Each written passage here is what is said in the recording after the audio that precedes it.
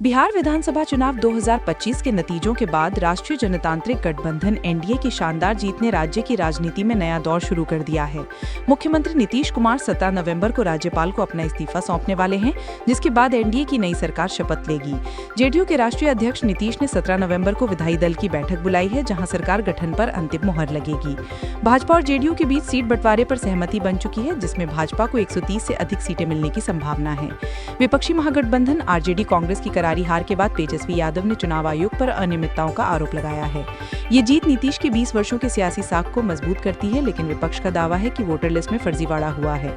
विशेषज्ञों का मानना है कि नई सरकार विकास, बेरोजगारी और प्रवासन जैसी चुनौतियों पर फोकस करेगी।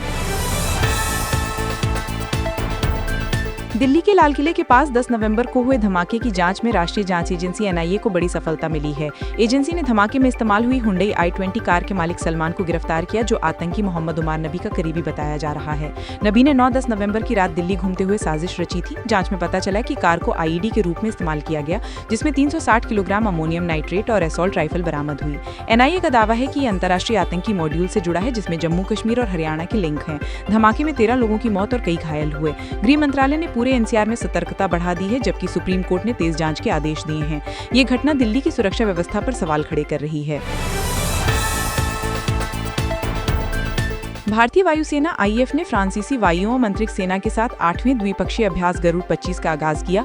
16 नवंबर से 27 नवंबर तक फ्रांस के मॉन्ट डी मार्सन एयरबेस पर चलने वाले इस अभ्यास में दोनों देशों के 150 से अधिक एयरक्राफ्ट, राफेल फाइटर्स और सुखोई 30 शामिल हैं। उद्देश्य है एयर कॉम्बैट, ग्राउंड अटैक और लॉजिस्टिक्स में समन्वय बढ़ाना। रक्षा मंत्री राजनाथ सिंह ने इसे भारत फ्रांस रणनीतिक साझेदारी का प्रतीक बताया। अभ्यास में ड्रोन युद्ध और साइबर सिक्योरिटी पर भी फोकस है। ये वैश्विक स्तर पर भारत की सैन्य क्षमता को मजबूत करने का कदम है, खासकर चीन पाकिस्तान सीमा तनाव के बीच। उत्तर और मध्य भारत में 16-17 नवंबर को शीतल लहर ने दस्तक दे दी। मौसम विभाग के अनुसार दिल्ली एनसीआर में न्यूनतम तापमान 8 डिग्री सेल्सियस तक गिरा, जबकि पंजाब हरियाणा में कोहरा छाया रहा। मध्य प्रदेश, छत्तीसगढ़ और झारखंड में बारिश के बाद ठंड बढ़ी। दिल्ली का AQI 425 तक पहुंचा, जो कि गंभीर श्रेणी में है, जिसके चलते निर्माण कार्य और वाहनों पर पाबंदी लगाई गई।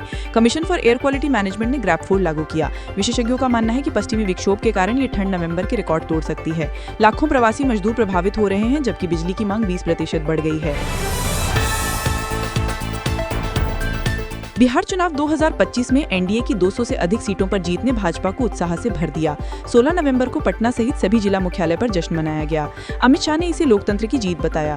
वहीं आरजेडी में हार के बाद लालू परिवार का विवाद भड़क गया। तेजस्वी यादव और उनकी बहन रोहिणी आचार्य के करीबी सलाहकारों पर आरोप प्रत्यारोप हो रहे हैं। भाजपा ने इसे परिवारवाद की हार बताकर तंज कसा। प्रशांत किशोर ने 16 नवंबर को पटना में प्रेस कॉन्फ्रेंस की, जिसमें उन्होंने महागठबंधन पर हमला बोला। ये जीत 2026 यूपी चुनावों के लिए भाजपा का मनोबल बढ़ाएगी। कोलकाता की ईडन गार्डन्स में भारत दक्षिण अफ्रीका पहले टेस्ट में मेहमान टीम ने 31 रनों से शानदार जीत हासिल की। 124 रनों के लक्ष्य का पीछा करते हुए भारत 93 पर ऑल आउट हो गया।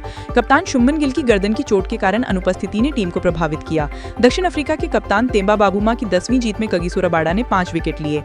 भारत के कोच गौतम गंभीर ने पिच को टीम की मांग के अनुरूप बताया, लेकिन फैंस ने आलोचना की।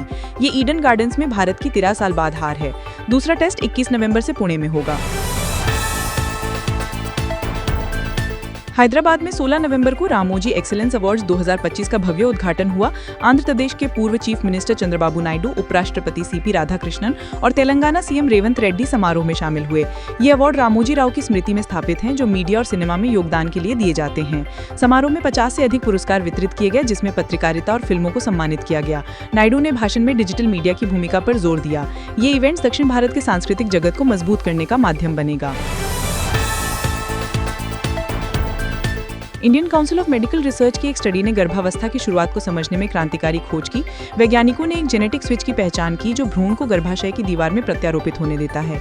ये खोज प्रजनन संबंधी समस्याओं जैसे बांझपन और गर्भपात को हल करने में मददगार साबित हो सकती है। स्टडी में पाया गया कि ये स्विच हार्मोनल सिग्नल से सक्रिय होता है। आईसीएमआर चीफ ने इसे भारतीय विज्ञान की उपलब्धि बताया। ये खोज वैश्विक स्वास्थ्य संगठनों का ध्यान आकर्षित कर रही है।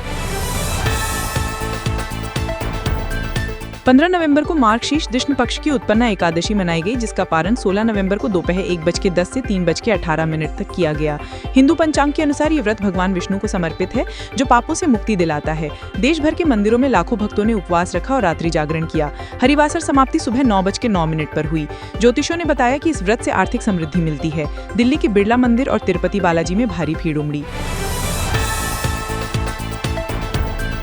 जम्मू कश्मीर पुलिस ने एक अंतर्राज्यीय आतंकी मॉड्यूल का पर्दाफाश किया, जिसमें अनंतनाग के एक डॉक्टर मुजम्मिल को गिरफ्तार किया गया। उसके पास 360 kilogram ammonium nitrate, assault rifle और गोला बारूद बरामद हुआ।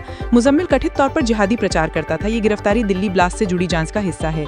पुलिस ने 7 अन्य संदिग्धों को भी हिरासत में लिया। डीजीपी नलिन प्रभात ने इसे व्हाइट कॉलर टेरर बताया। कश्मीर में सुरक्षा बलों ने सतर्कता बढ़ा दी।